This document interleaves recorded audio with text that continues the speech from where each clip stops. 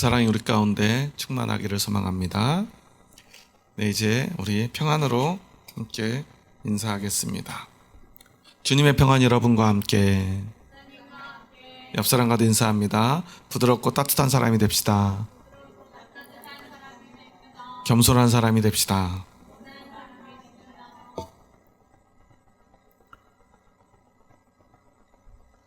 벌써 부활절 주간이 끝나가고 있습니다. 이제 부활절 7번째 주일을 맞이했습니다. 그리고 이제 우리는 성령의 임재를 기다리며 성령의 날을 함께 걸어가게 될 것입니다.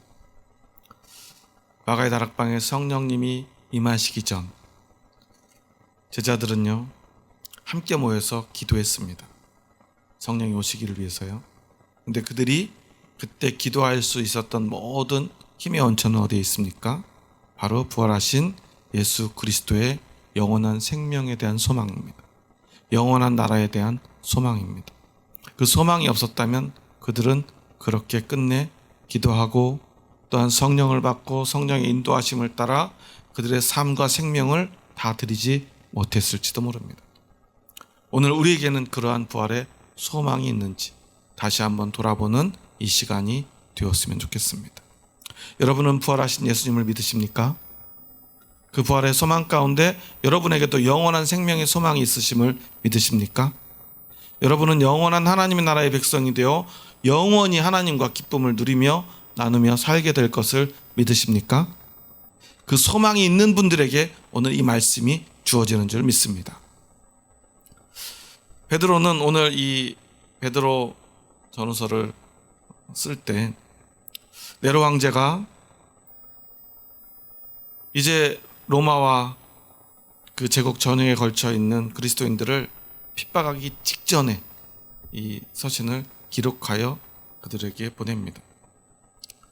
또한 베드로는 이 편지를 쓰기 30년 전 생명에 대한 두려움 때문에 예수님을 3번이나 부인했었습니다.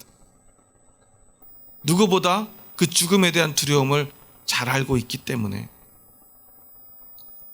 베드로는 이제 박해를 받게 될 그리스도인들, 아니 이미 박해를 받고 있는 그리스도인들에게 어떻게 하면 세상에서 굳건히 설 수 있는가? 우리가 어떻게 하면 믿음을 지켜낼 수 있는가?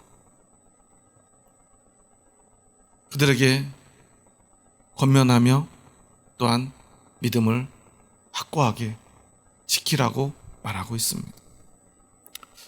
자신도 너무나 두려웠기 때문에, 그래서 부인했었기 때문에, 그래서 그 부끄러움을 누구보다 잘 알고 있기 때문에, 그럼에도 불구하고 어떤 순간에라도 믿음을 지켜내야 했기 때문에, 그 믿음이 아니고는 영원한 생명으로 나아갈 수 없기에 베드로는 그래도 우리 그 두려움을 이겨내자고 권면하고 있는 것입니다. 지난 시간에 이어서 우리는 계속해서 베드로서를 통하여 고난을 당한 그리스도인들의 태도에 대해서 배우고 있습니다. 이제 죽을지도 모르고요, 어떠한 고난이 앞에서 우리를 기다리고 있는지 알 수 없습니다. 그런데 오늘 본문에 보면 어쩌면 좀 이상한 이야기가 나옵니다. 오늘 본문 처음 6절 7절의 말씀을 함께 읽어볼까요? 그러므로 하나님의 능하신 손 아래에서 겸손하라. 때가 되면 너희를 높이시리라. 너희 염려를 다 주께 맡기라. 이는 그가 너희를 돌보심이라. 여러분 생각해 보십시오. 이제 내 가족이 죽을지도 모르는 핍박이 기다리고 있습니다. 그 핍박이 올지도 모르고 안 올지도 모르는 상황이 아니라 이제 반드시 그 핍박이 오게 된다는 것을 모두가 알고 있습니다. 그런데 오늘 베드로는 무엇에 대해서 이야기합니까? 겸손에 대해서 이야기하고 있어요. 여러분 어떻게 생각하십니까? 너무나 한가한 이야기처럼 들리지 않습니까? 이제 복음 때문에 자식이 죽게 되었는데 부모가 야, 너 이제 어떠한 핍박이 와도 겸손해야 돼 라고 말한다면 조금 이상하지 않습니까? 여러분의 생각은 어떻습니까? 베드로는 왜 지금 이렇게 한가한 이야기를 하고 있을까요? 왜냐하면 그것이 바로 믿음의 본질이기 때문이고요. 그것이 이 핍박을 이겨내는 가장 본질적인 능력이기 때문에 그렇습니다. 사실 이해하기가 어렵죠. 이제 다 죽게 된 마당에 겸손하라니. 언제 사형을 당할지 모르고요. 언제 고문을 당할지 모르고요.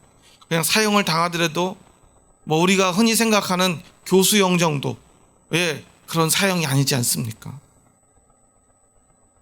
그리스도인들이 얼마나 끔찍하게 죽임을 당했습니까? 굶주린 그 사자에게 찢겨 죽고요. 혼자 죽는 것도 아니고요. 그 어린 자녀들 앞에서 그 부모가 끔찍하게 살해되어야 했고요. 그 부모가 보는 앞에서 그 어린 아이들이 죽어가는 모습을 그 부모된 모습으로 지켜봐야만 했습니다. 그런 끔찍한 핍박이 그들을 기다리고 있는데 겸손하라니요. 사실 이해할 수가 없죠. 그럼에도 불구하고 베드로는 그들에게 겸손하라고 말합니다. 사실 베드로서 전서 5장을 보면요, 세부류의 사람들에게 이 고난을 대하는 태도에 대해서 이야기합니다. 장로님에게도 이야기하고요, 성도들에게 이야기하고요, 또 오늘 본문의 말씀 청년들에게 이야기하는 내용입니다. 서로가 서로에게 겸손하게 대하고 겸손한 태도로 서로를 섬기라는 거예요. 왜 그럴까를 우리는 생각해 보아야 합니다. 우리 8절과 9절 말씀 함께 읽어볼까요? 여기 있습니다. 근신하라, 깨어라. 너희 대적 마귀가 우는 사자같이 두루다니며 삼킬 자를 찾나니 너희는 믿음을 굳건하게 하여 그를 대적하라. 이는 세상에 있는 너희 형제들도 동일한 고난을 당하는 줄을 알미라. 근신하라, 깨어라. 너희 대적 마귀가 우는 사자같이 두루다니며 삼킬 자를 찾는다고 말합니다. 우리가 너무나 잘 알고 있는 말씀 아닙니까? 우리 여러분, 이 말씀을 어떻게 들었습니까? 언제나 이 세상은 사탄이, 마귀가 우는 사자같이 두루다니며 삼킬 자를 찾기 때문에 우리가 정말 깨어서 늘 기도하고 열심히 기도해야 된다라는 말씀으로 듣지 않았습니까? 물론 그런 의미를 가지고 있습니다. 그런데 오늘 이 말씀을 전하는 베드로와 또한 로마에 있는 교인들, 그리스도인들의 상태는 그래서 단순하게 영적인 의미만을 가지고 있지 않았습니다. 당장 이제 실제로 죽을 수밖에 없는 그 위협 속에, 핍박 속에 그들이 놓여 있었다는 사실이에요. 그럼에도 이제 너희가 로마 황제 때문에 죽게 될 것이고 그리스도인이라는 이름 때문에 죽게 될 것인데 그것을 어떻게 너희가 이겨낼 것인가 하는 것보다 그런 상황 속에서도 너희 대적 마귀는 우는 사자같이 너희들을 삼키려고 찾아다니고 있다라는 이야기를 베드로가 하고 있는 거예요. 이게 어떤 의미냐면요, 우리가 신앙생활을 한다는 것, 우리 같은 지금의 일상을 살아가면서도 참 힘든 일인데요, 핍박이 옵니다. 언제 죽을지 모릅니다. 누가 배신할지 모릅니다. 누가 나를 밀고 할지 모릅니다. 언제 사로잡힐지 모릅니다. 언제 끌려가서 고문받게 될지 모릅니다. 내 한 사람이 잡히면 나 혼자 죽는 게 아니라 내 가족들도, 또한 내가 말 한마디 잘못하면 내 이웃들도, 내 형제들도 다 죽어야 될지 모릅니다. 그런 위급한 순간에 우리에게 어떤 일들이 벌어지겠습니까? 사단은 우리의 상황이 그렇게 취약한 이 핍박의 순간에 우리가 두려움을 느끼고요, 또한 완전히 고립된 고립감을 느끼고, 나 이제 홀로 되어서 나 혼자 죽게 되나, 이렇게 나 혼자 아무도 모르는 곳에서 붙잡혀가서 죽게 될까 하는 두려움, 그리고 절망감, 그 모든 감정들에 사로잡혀서 신앙을 잃어버리고요, 그 믿음을 저버리고요, 하나님을 잃어버릴까, 베드로는 두려워하고 있는 것입니다. 우리에게 가장 중요한 것이 무엇인가? 어떠한 순간에라도 우리는 우리의 믿음을 지켜내야 되지 않는가? 라고 하는 것을 이야기하는 것입니다. 여러분 어떻습니까? 여러분이라면 이런 핍박의 순간에라도 여러분의 믿음을 지켜낼 자신이 있으십니까? 사실 그것은 쉬운 일이 아닐 것입니다.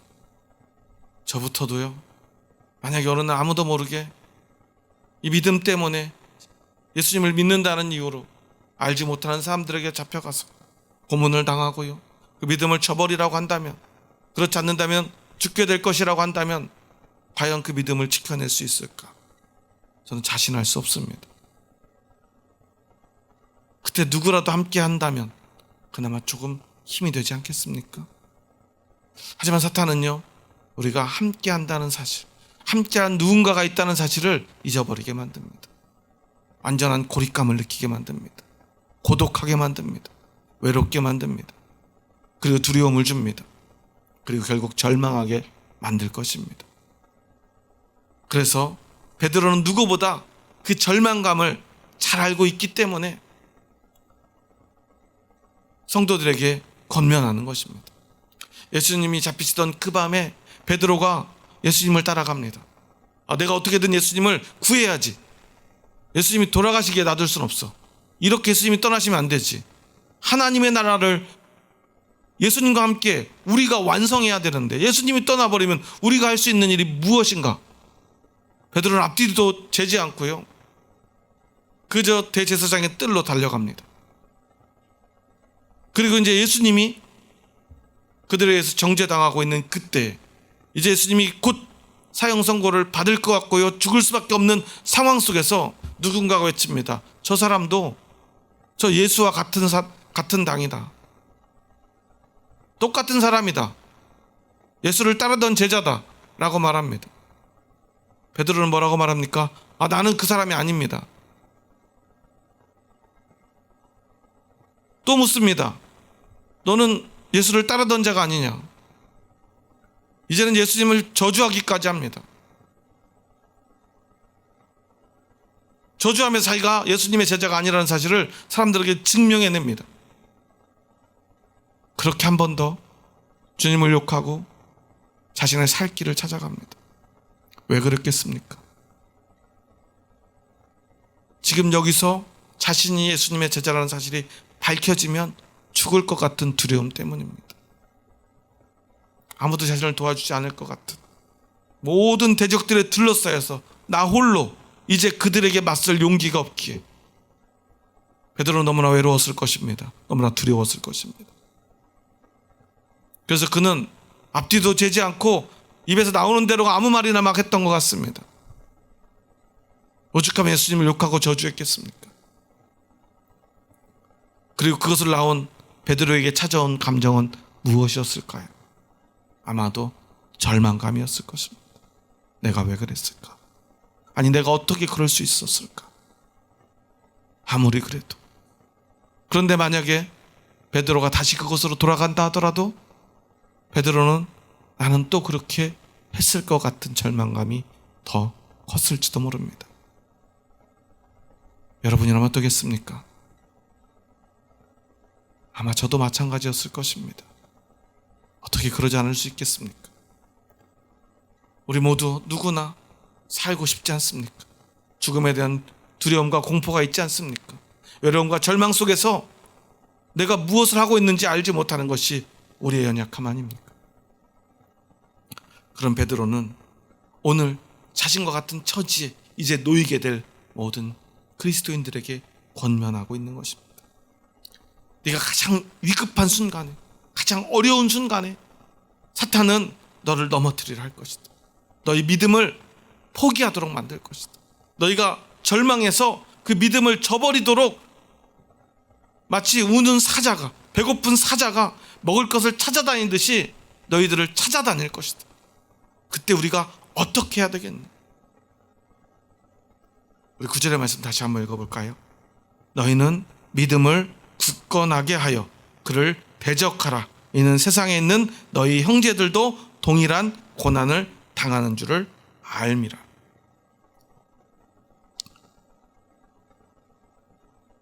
그때 너희가 그것을 이겨낼 수 있는 방법, 그것을 베드로는 뭐라고 말하죠?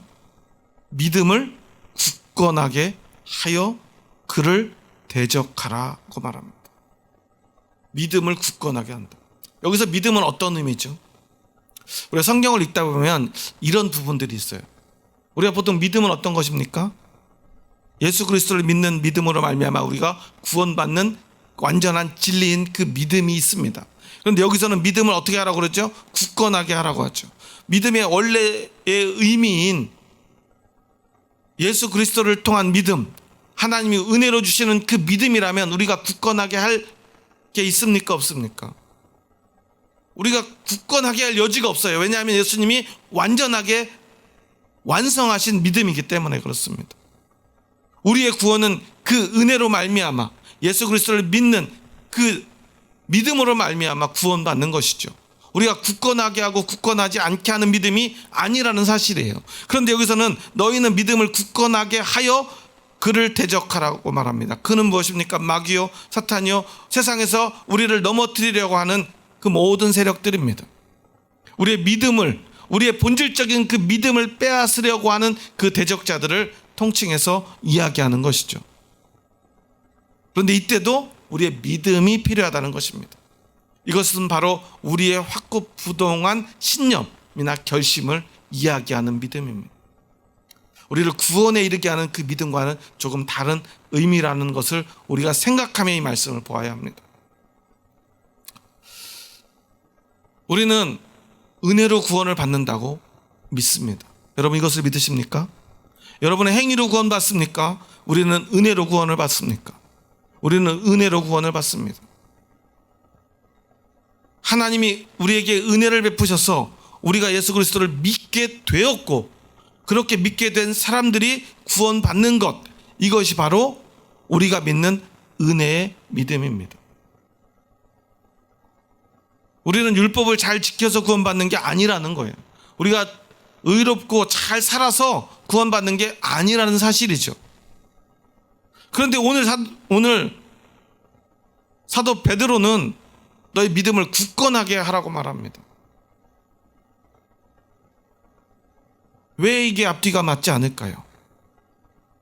우리는 여기에서 우리의 믿음의 원리를 다시 한번 생각해 보아야 합니다. 한국 교회가요, 너무나 이 은혜와 믿음을 강조하느라 믿음 이후의 삶, 또한 믿음을 지켜내는 성도의 삶, 세상에 핍박이 올 때 우리가 그 믿음을 가지고 어떻게 그 핍박을, 그 고난을 이겨내야 되는가 하는 것에 대한 문제에 대해 별로 고민하지 않아요. 왜냐하면 믿음이 알아서 다 해줄 것이라고 믿기 때문입니다. 하나님은 전능하시니까 하나님이 다 해줄 것이라고 믿기 때문입니다. 예수님의 구원은 완전하기 때문에 변함이 없을 거라고 믿기 때문입니다. 여러분 주변에 예수님을 한 번 믿고 변한 사람이 한 명도 없나요? 여러분 한 번 예수님을 믿고 나니까 여러분의 믿음이 절대 변함없이 확고부동하던가요? 저는 그렇지 못해요. 제 주변에 믿음을 저버린 사람들을 너무 많이 보았습니다. 믿음에서 파선한 사람들 너무나 많이 보았습니다. 저뿐만이 아닌 것 같습니다. 사도 바울도 너무나 많은 제자들이 믿음에서 파산하는 것을 보고 그가 절망하고 분노하는 것을 그의 서신에서 토로하고 있지 않습니까?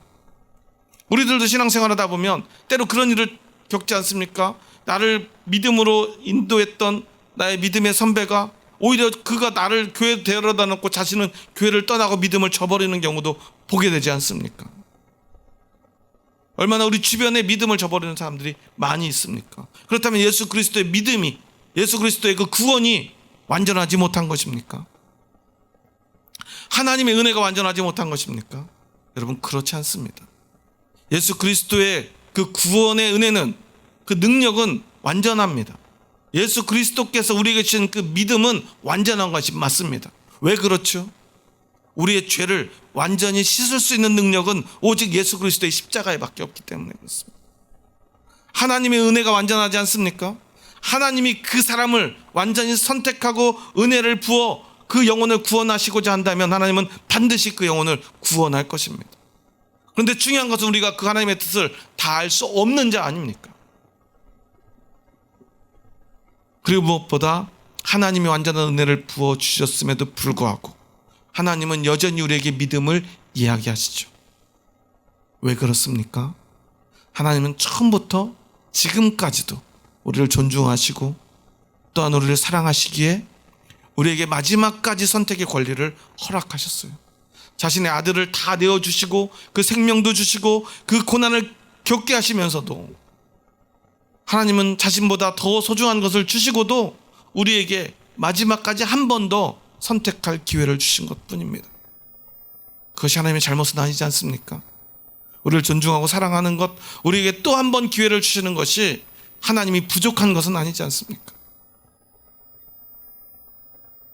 그러기에 우리는 하나님이 주신 그 은혜를 힘입어 하나님 앞에 나아가야 되는데요, 그 믿음을 지켜내야 되는데요, 이제 그것을 지켜낼 우리의 믿음이 또한 필요하다는 것입니다. 베드로는 그것을 이야기하는 것. 너는 확고부동한 너의 믿음을 굳건하게 지켜낼 수 있는가 하는 것입니다. 오늘 구절에 보면 믿음을 굳건하게 하여 사탄을 대적하라 말합니다. 굳건하게 믿음을 지켜내는 그 확고부동함. 그런데 그것을 8절에서는 뭐라고 말하죠? 근신하라, 깨어라 라고 말합니다. 이것을 언어를 그대로 해석해 보면 이렇게 해석할 수가 있어요. 주의하라, 잠에서 깨라.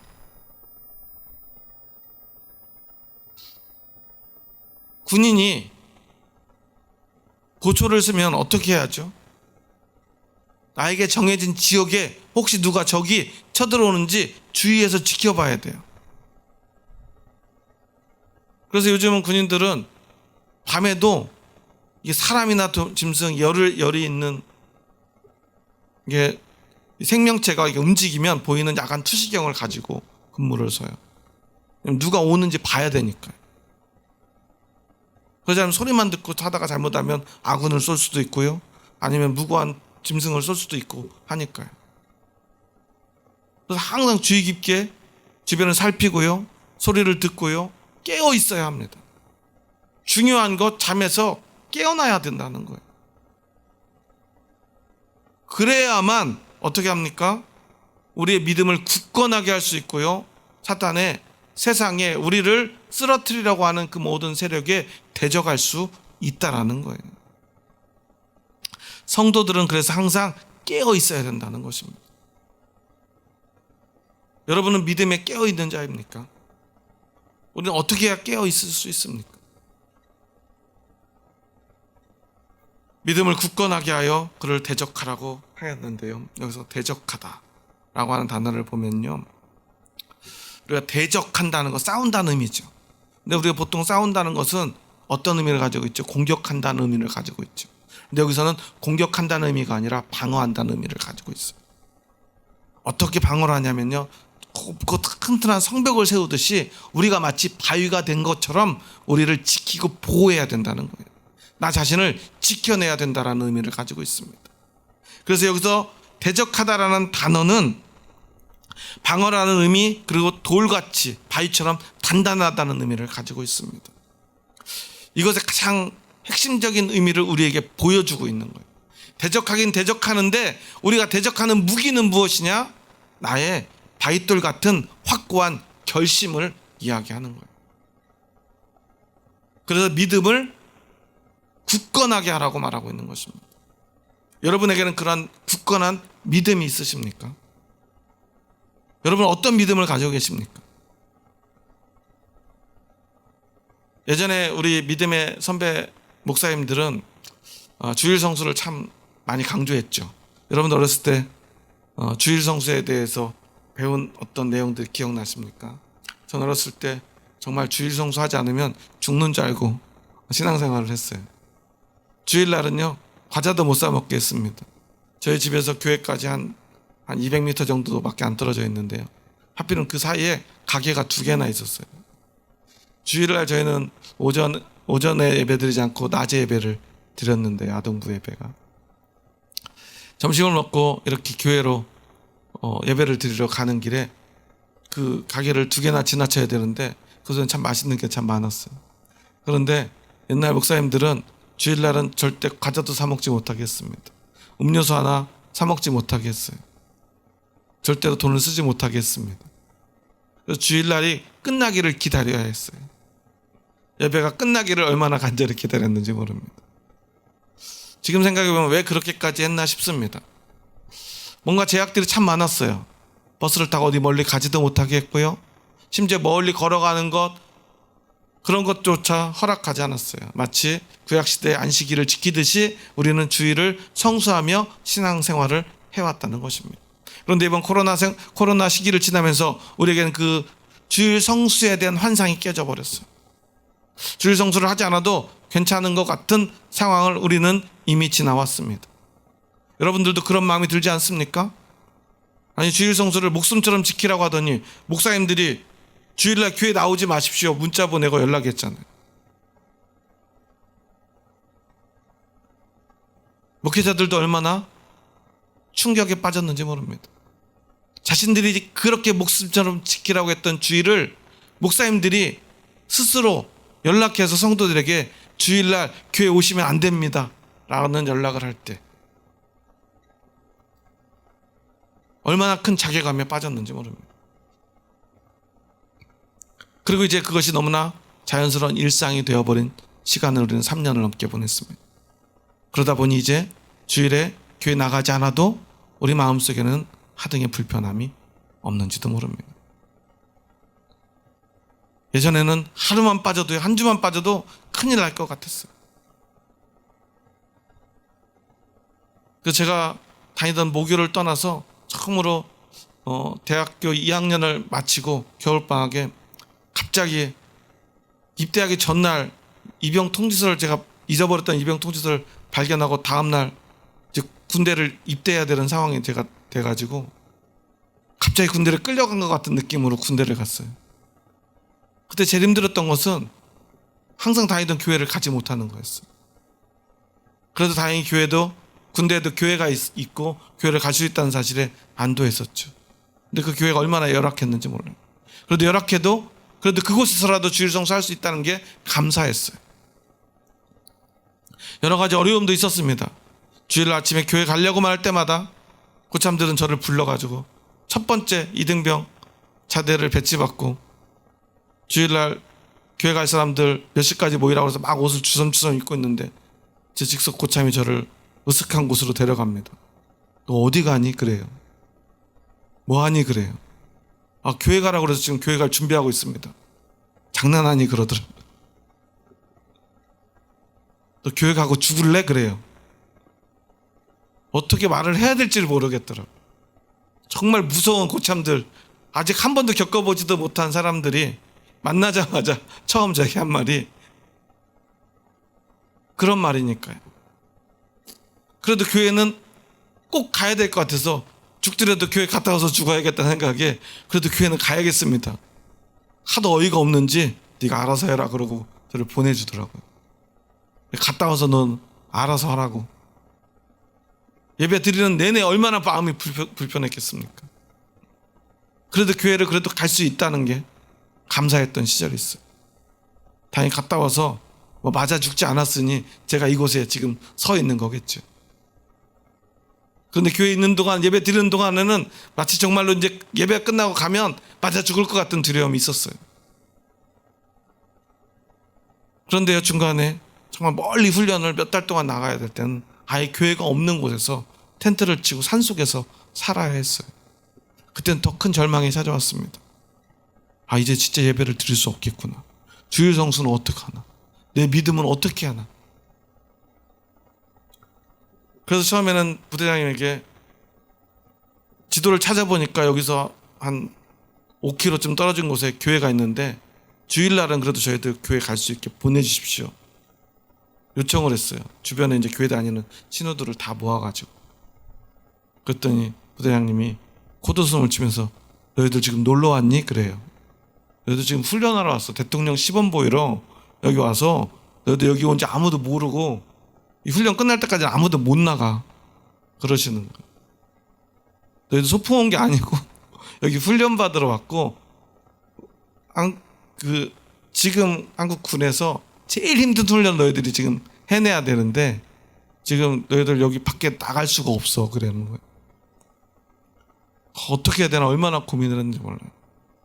그래서 같이 머리를 맞대고 논하면서 그러면 주일날 몇 시부터 몇 시까지는 10시 반부터 12시 반까지 그러면 우리 막사정에 텐트 하나를 예배 처소로 좀 쓸 수 있게 해서 우리끼리라도 예배 드릴 수 있게 해달라고 요청을 했어요.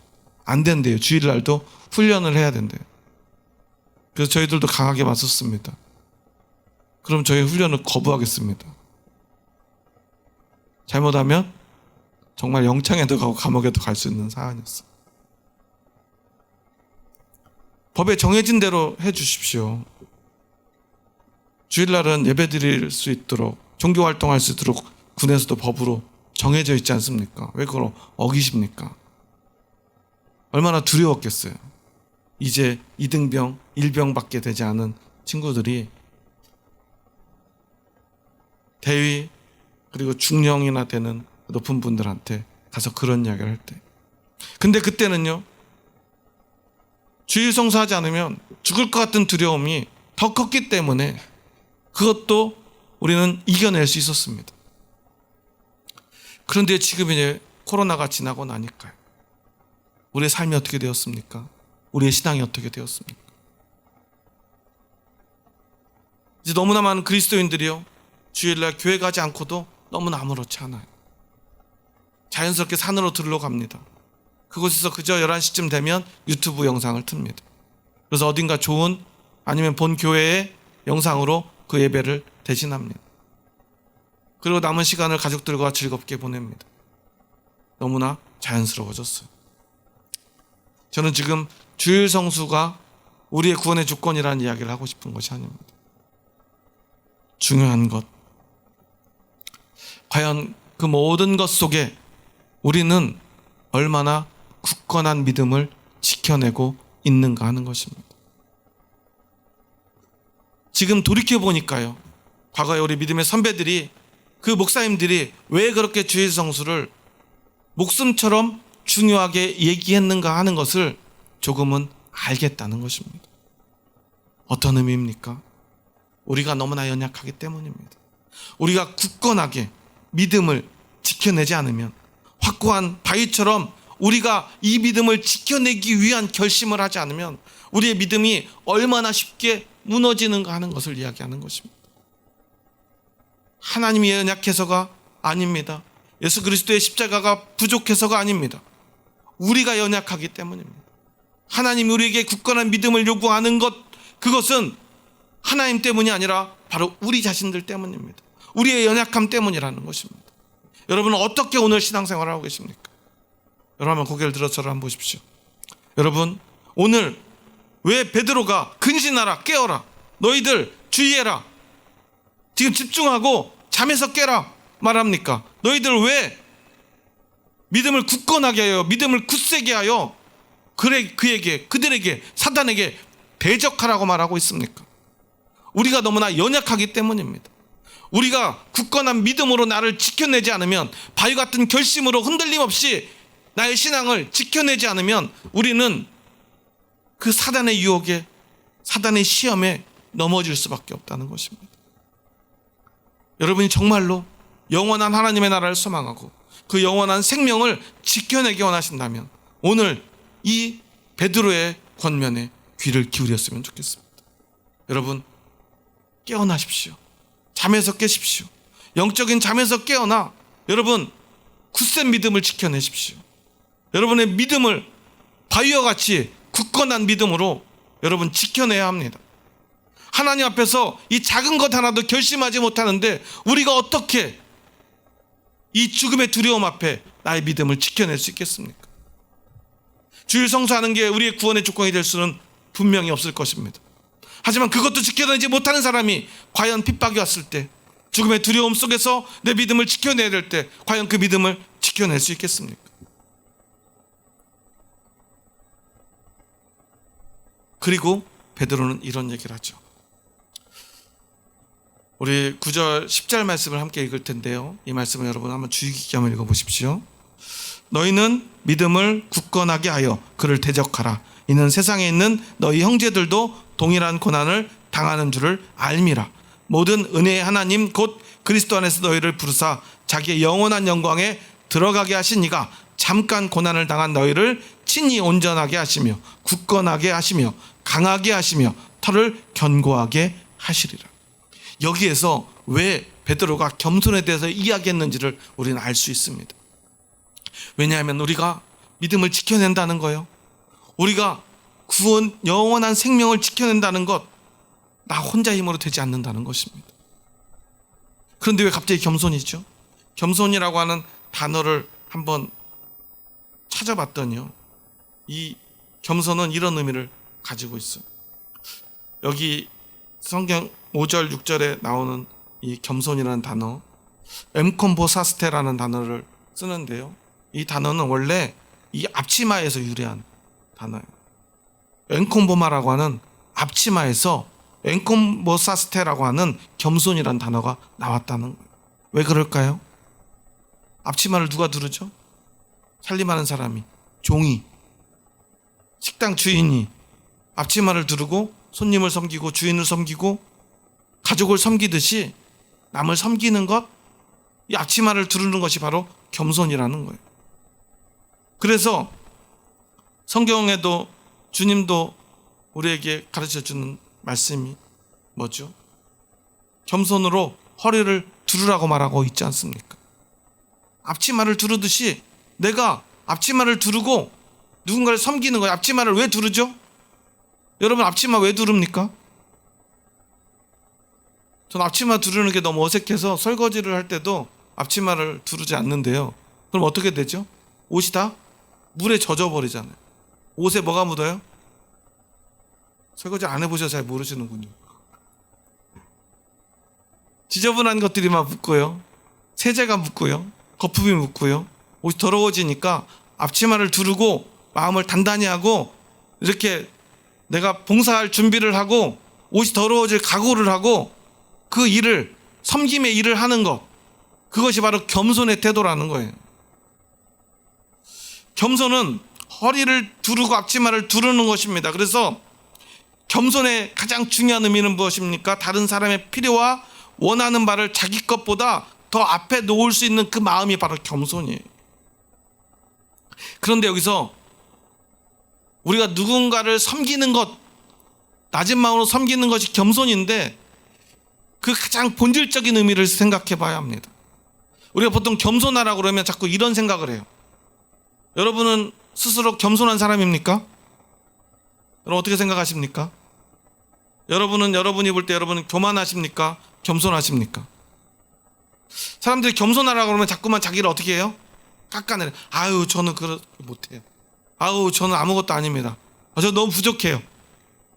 제가 뭐 할 줄 아는 게 뭐가 있습니까? 주로 겸손하라고 그러면 어떤 말을 하죠?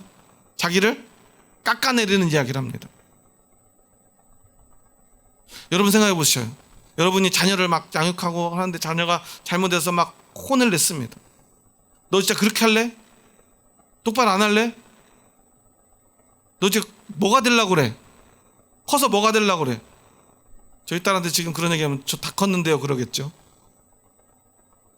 근데 아이들에게 막 그렇게 혼을 내고 그러면 아이들이 어떻게 합니까? 어떻게 반응합니까? 잘못했다고 하는 데까지 좋은데 잘못했어요. 그러니까 나는 이제 어차피 뭐 난 안 될 것 같아요. 엄마 아빠 나 그냥 포기하세요. 저는 이제 글른 것 같아요. 안 될 것 같아요. 너 진짜 공부해야지. 저 공부 아무리 해봤는데 안 돼요. 못할 것 같아요. 저 지금 여기서 포기할래요. 여러분 그런 소리 들으려고 자녀들 혼내십니까? 정말 부모님이 원하는 건 뭐죠? 부족해도 지금이라도 최선을 다하고 뭔가 할 수 있다는 의지를 갖기 원해서 때로 우리가 혼도 내고 때로 매도 들었던 거 아닙니까?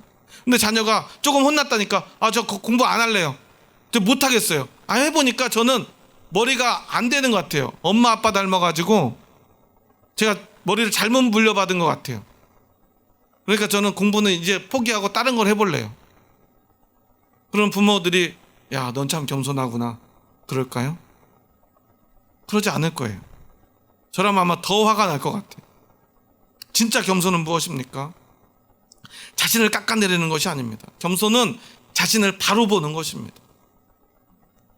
그리스도인의 겸손은 더군다나 하나님의 은혜로부터 시작되는 것입니다. 겸손은 사실을 말하면 하나님을 존중하는 태도입니다. 왜 그렇습니까? 하나님이 얼마나 위대하신 분이고 하나님이 얼마나 완전하신 분임을 우리가 알고 믿을 때 비로소 나의 연약함과 부족함이 깨달아지는 것입니다. 나의 죄가 얼마나 큰지를 알게 되고 내가 감히 하나님의 자녀가 될 수 없다는 사실을 인정하는 것인데요, 그럼에도 불구하고 우리가 절망하지 않고 자신을 깎아내리지 않을 수 있는 이유는 무엇입니까? 하나님이 나를 구원하셨고 그것을 위해서 하나님의 가장 소중한 것을 주셨고, 그렇게 살아난 내가 이제 하나님 때문에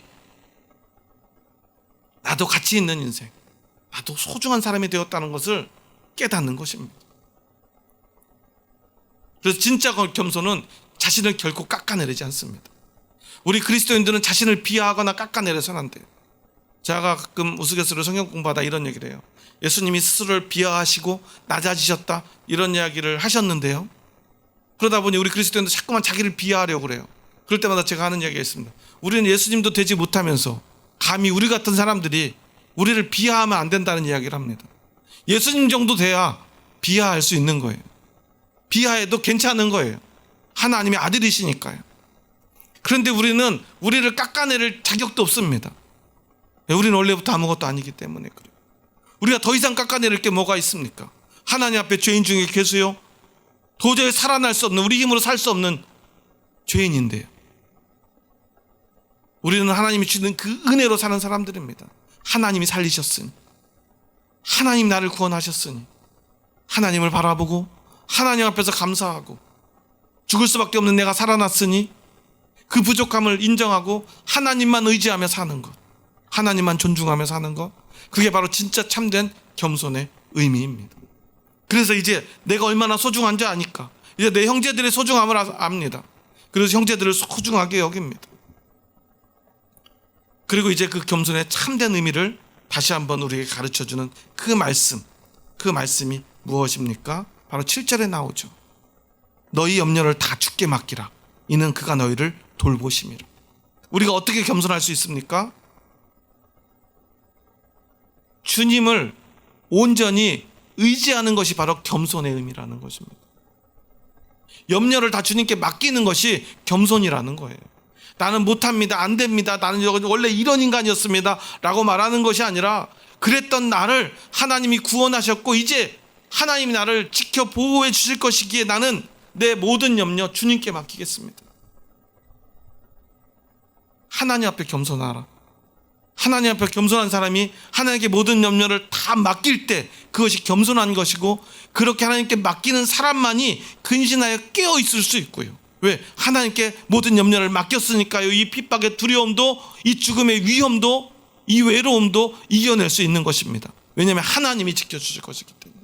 그런데 교만한 사람들은 그 근심과 걱정을 누가 합니까? 내가 합니다. 내가 이걸 어떻게 이겨낼까? 이런 상황이 왔을 때 나는 어떻게 이걸 이겨낼까? 뭐라고 대답할까? 어떻게 하면 빠져나갈까? 어떻게 결과가 될까? 하지만 모든 염려를 주님께 맡기는 사람은 어떻습니까? 그 결과가 어떠하든지, 그 상황에서 내가 어떤 말을 할 수 있든지 없든지 하나님이 해주실 것을 믿는 것 아니겠습니까? 그것이 바로 진짜 겸손한 자의 모습이고, 겸손한 사람만이 그 염려를 주님께 맡길 수 있고요, 염려를 주님께 맡길 수 있는 사람만이 근신하고 깨어 믿음을 굳건하게 지켜 그 어떤 핍박 속에서도 믿음을 잃어버리지 않을 수 있는 것입니다. 여러분, 이것을 믿으십니까? 여러분은 하나님 앞에서 겸손한 자이십니까? 여러분이 정말로 진짜 겸손과 믿음을 가지고 있다면 오늘 여러분 앞에 있는 어떠한 근심과 염려와 문제를 여러분이 해결하려 하지 않았으면 좋겠습니다. 하나님께 그것을 맡길 수 있는 용기를 가졌으면 좋겠습니다. 하나님이 해주실 것입니다. 이렇게 얘기하면 이런 분들이 있습니다. 하나님이 안 해주시던데요. 저 권사님은 하나님 문제 다 해결해 주시고 왜 제 문제는 하나님이 하나도 해결해 주시지 않습니까? 왜 저만 자꾸 일이 꼬입니까? 여러분, 진짜 믿음이 있다면요, 내 눈에 일이 잘 되는 것, 잘 안 되는 것처럼 그 보이는 모든 것까지도 하나님의 뜻 안에 있음을 우리가 믿는 것 아니겠습니까? 그리고 지금 당장 내가 손해보는 것 같아도 하나님이 그것을 통해서 나를 선한 곳으로 인도한다는 사실을 우리가 믿는 것 아닙니까? 그게 진짜 믿음이 아니겠습니까? 확고한 믿음, 굳건한 믿음은 어떤 믿음입니까? 바위 같은 믿음이라고 그랬습니다. 어떤 순간에도 변함없는 믿음, 그것이 바로 우리가 지켜내야 될 믿음인 것입니다. 그래서 우리는 겸손해야 합니다. 내가 아닌 하나님이 해 주실 것을 믿는 그 확고함을 우리가 지켜내야 되기 때문입니다. 내 힘으로 무엇을 잘 해내는 것이 믿음이 아님을 여러분 잊지 마시기 바랍니다. 여러분 신앙생활 잘 해야 되겠죠. 여러분들도 신앙생활 잘하기 원하시죠. 하지만 그 신앙생활의 본질은 내가 잘하는 것이 아닙니다. 언제든 우리의 반석이 되시고요, 주님의 전에 모퉁이 돌이 되시고요, 머릿돌이 되신 예수 그리스도 앞에 나아가는 굳건한 믿음이어야 합니다. 내가 내 힘으로 무엇을 잘 해내는 것이 믿음이 아니라는 사실이에요. 그리고 이제 그 겸손은 또 한 가지 의미를 담고 있는데요, 바로 9절에서 우리에게 이야기하듯이 너희 형제들도 동일한 고난을 당하는 줄 알미라는 말입니다. 우리를 왜 교회로 부르셨습니까? 예수 그리스도의 몸된 교회로 부르신 이유는 그곳에 함께 고난을 이겨내고 믿음을 지켜낼 형제들이 있기 때문입니다. 그런데 우리가 어떻게 교회를 지켜낼 수 있습니까? 바로 서로를 섬기고 남의 일을 나의 일보다 더 소중하게, 더 급하게, 더 가치 있게 여기고 서로를 섬기는 그 겸손함만이 교회 공동체를 지켜낼 수 있기 때문입니다. 그들이 나를 지켜줘야만, 그들이 함께 해줘야만 연약한 내가 살 수 있다는 그 믿음이 우리에게 필요한 것입니다. 그 겸손이 우리에게 필요한 것입니다. 제가 왜 예배 시간마다 인사를 하는지 여러분 아십니까? 우리가 뭐라고 인사하죠? 다시 한번 인사해 볼까요? 한번 옆 사람과 한번 인사해 보겠습니다. 맨날 하던 인사니까 한번 인사해 보겠습니다. 부드럽고 따뜻한 사람이 됩시다. 겸손한 사람이 됩시다. 이 인사가 어디에서 나오는지 혹시 여러분 아십니까? 마태복음 11장에 보면 예수님이 뭐라고 그러죠? 나는 마음이 온유하고 겸손하다 말씀하셨죠. 나의 십자가를 지고 나를 따르라고 말씀하셨죠. 주님의 십자가는 무엇입니까? 바로 우리가 온유하고 겸손한 자가 되는 것입니다. 왜 겸손을 주님이 이렇게 강조하셨죠? 이 겸손이 바로 믿음의 본질이기 때문에 그래요. 겸손이 바로 우리 교회의 본질이기 때문에 그렇습니다. 하나님 앞에 겸손하고요, 형제들 앞에 겸손한 자가 진짜 믿음입니다. 하나님 앞에 겸손해야 우리는 하나님만 의지하고 하나님께 모든 염려를 맡길 수 있기 때문에 우리는 그 확고부동한 믿음으로 어떤 어려움이라도 이겨낼 수 있는 것입니다. 그리고 우리가 가장 외롭고 두려운 순간에 우리 형제 자매들이 우리의 손을 잡아주고 함께 그 고통을 이겨내게 될 터인데요, 우리가 겸손하지 않고 교만한 자로 서로를 괴롭게 하고 힘들게 하고 아프게 한 그 형제들이 과연 그 죽음의 순간에 나를 지켜낼 수 있겠습니까? 나를 지켜주겠습니까? 여러분 옆에 있는 형제 자매들을 보십시오. 그들이 바로 여러분의 생명입니다. 여러분의 생명을 지켜줄 보호자들입니다. 그리고 또한 내가 내 옆에 있는 형제 자매들을 지켜줘야 될 사람입니다. 그러기 위해서 우리는 평소에 서로에게 겸손한 태도로 서로를 섬기고 사랑해야 합니다. 교회는 그 겸손을 배우는 곳입니다. 교회 와서 겸손하지 못하면 우리는 가장 먼저 내 믿음을 점검해 봐야 합니다. 내가 정말 예수 그리스도를 믿는 믿음이 있는 자인가 말입니다. 형제들 앞에 거만하고요, 함부로 하는 사람들이 과연 진짜 믿음일 수 있겠습니까? 예수 그리스도의 십자가를 진 사람이 과연 거만할 수 있겠습니까? 나의 이기심을 위해서 이 공동체를 깨트릴 수 있겠습니까? 십자가를 진다는 것, 기꺼이 나의 일보다, 나의 시급한 일보다 내 형제 자매의 일을 먼저 돌보는 것입니다. 앞치마를 두르는 것입니다. 교회에 와서 내가 먼저 낮은 자세로 섬기는 것입니다. 여러분, 교회에 많은 문제들이 있어요. 항상 문제가 생길 때 대부분 그 문제의 근원은 무엇이죠? 바로 교만입니다. 아주 단순한 문제로 교회는 무너지고 망가지는 걸 볼 수가 있어요. 한 목사님이 개척을 하고 힘들었던 이야기를 하는데 이런 얘기를 하더라고요. 자기 개척을 했는데 한 집사님이 자기를 너무나 성실하게 신실하게 도와주더래요. 막 정말 헌금을 많이 하고요, 모든 일에 자기 일처럼 막 그렇게 열심히 도와줬다. 결국 그분이 교회를 떠나셨답니다. 아주 원수처럼 막 화를 내고 교회를 떠나셨다. 그 이유가 뭔지 아세요? 집사님이 교회를 위해서 화분을 이렇게 헌물을 했대요. 너무 감사하다고 그러고 막 잘 가꿨는데요. 어느 날 보니까 이게 위치가 좀 목사님 볼 때 예배 드리는데 불편하더래요. 그래서 이렇게 옮겨놨대요. 다음 주에 오더니 그 집사님이 불같이 화를 내더래요. 목사님 화분을 왜 옮기셨습니까? 아, 뭐 이래저래 해서. 제가 볼 때 그 자리가 제일 좋은데 왜 그걸 옮기셨냐고. 아니, 예배 드리는데 아니, 그러니까 왜 옮기셨냐고 그러시더라고요.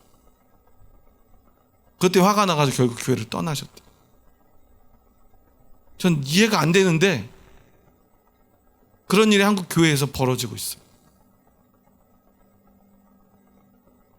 화분 하나 때문에 함께 그렇게 신실하게 교회를 세웠던 집사님들이 교회를 떠나요. 피아노 위치 가지고 뭐 정말 사소한 문제로 서로 다투고 싸우죠. 왜 그러죠? 우리가 겸손하지 못하기 때문이에요. 서로를 소중하게 여기지 못하기 때문입니다. 내가 누구인지를 바로 알지 못하기 때문입니다.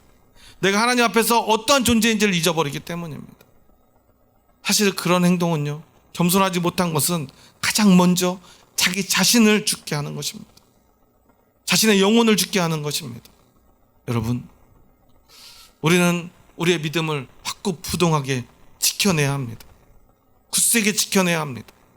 어떻게, 무엇을 지켜내야 합니까? 나는 예수님 믿어, 나는 무조건 주일 성수를 해야지, 나는 11조를 절대로 1원도 허투루 쓰지 않고 하나님께 다 드릴 거야, 이런 것이 중요한 것이 아니라요, 하나님 앞에 우리가 겸손하고요, 형제 자매들 앞에 우리가 겸손한 태도를 지켜내는 것, 그것이 바로 우리가 살 길임을 여러분 기억하시기 바랍니다.